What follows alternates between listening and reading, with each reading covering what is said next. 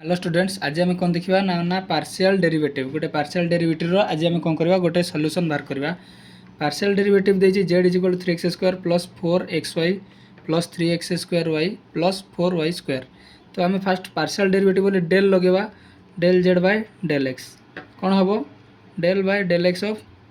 जहाँ अच्छी इक्वेशन सागे सागे बाहर करदे के यहाँ जमी फर्मूला थी x to the power n थी x to the power n -1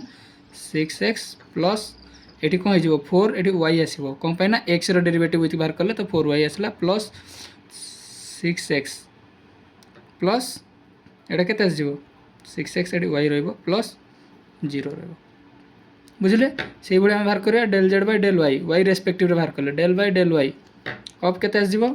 से इक्वेशन टाक लिखिदे plus 4xy plus 3x² y plus 4y square के वाई रेस्पेक्टिव एटा कौन हो 0 हो किसी रही कन्स्टाट जोटा कन्स्टाट से प्लस एटा कन्स्टाट यहाँ करवा के 4x प्लस ये वाई रेस्पेक्टिव के 3x² प्लस एटा के 8y यहाँ हूँ यार आंसर 0 रहा बुझिपारे। यदि फास्ट टाइम आम चैनल विजिट करते लाइक शेयर सब्सक्राइब करा भूलिए।